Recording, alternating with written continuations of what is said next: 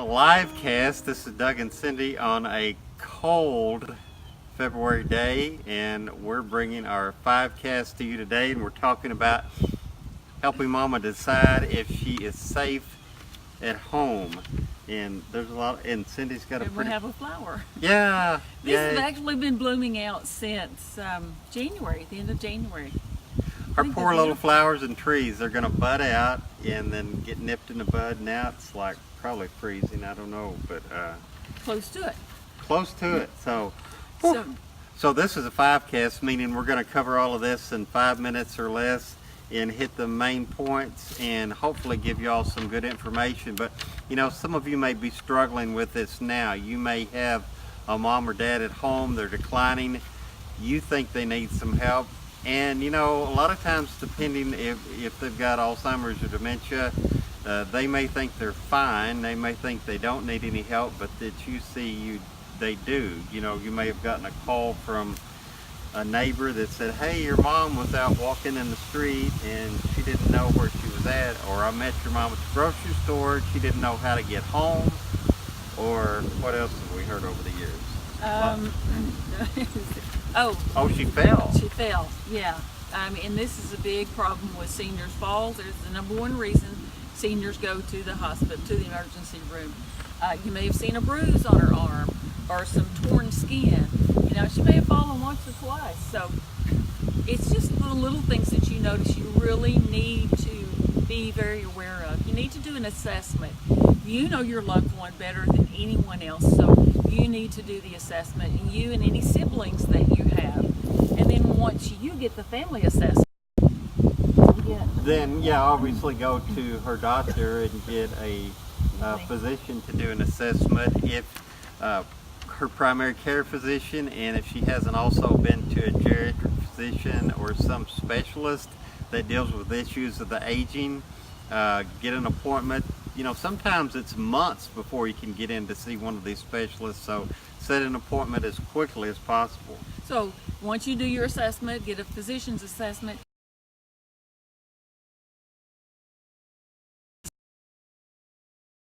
What does your mama want, or your dad, your aging loved one? That is primary. However, it only goes to the point where they've got to be safe. And then once you do the assessment, you look at what kind of care, assistance, or supervision do they need. How often do they need this? Who's going to provide it? And sometimes everything, they may just need help with one thing. And at the early stages of a decline, it's easy enough to provide this help. Sometimes it's not easy, but it's doable. You know, if there's especially family members able and willing to help. Sometimes I know with your mom, it's just stopping in of a morning, checking, making sure she's taking her meds, she's prepared breakfast, everything's okay, and then stopping in at night on the way home. But you know, as it gets more involved, it gets more involved. Yes. As the decline steepens. So we're going to go through a couple of options at home. There's several at home. Mom home alone, or at home with a well spouse, or at home with the kids coming in and checking on her, or one of the kids moving in. And a lot of times this will depend on family finances, you know, and the availability of family members. Sometimes there's plenty of family members to help, able and willing to help. Sometimes, you know, if you're watching this, you may be a remote caregiver and live 5 states away, and there may not be any local family members available to help. And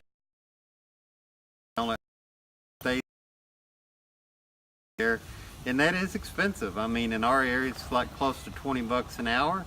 And how many hours a day does she need? Sometimes in initial stages, she may need a lot more assistance, which means more money. This is a topic for another day that's available. But initially, like Cindy said, just the family assessment will go a long way. What does mom need? And you know, get her in to see her doctor, get her meds levelized, and get everything as it should be medically. And the doctor will, of course, also make a determination or a suggestion as to the type of care that would be best for your mom. Okay, and if it's not going to work at home with any of the above options that we mentioned, there are different facilities. There's adult daycare, but that's just during the day, working hours typically.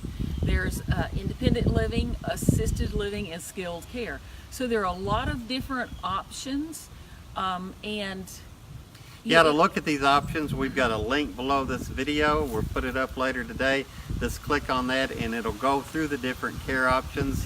And if you need more information about this, click on the link and it'll all be there to explain this in greater detail to you. Well, we didn't have a clock in front of us, but that seems like about 5 minutes, so we don't want to run over. Thanks for joining us today on this cold 5cast. Hope you have a great rest of the week, and we'll talk to you again soon.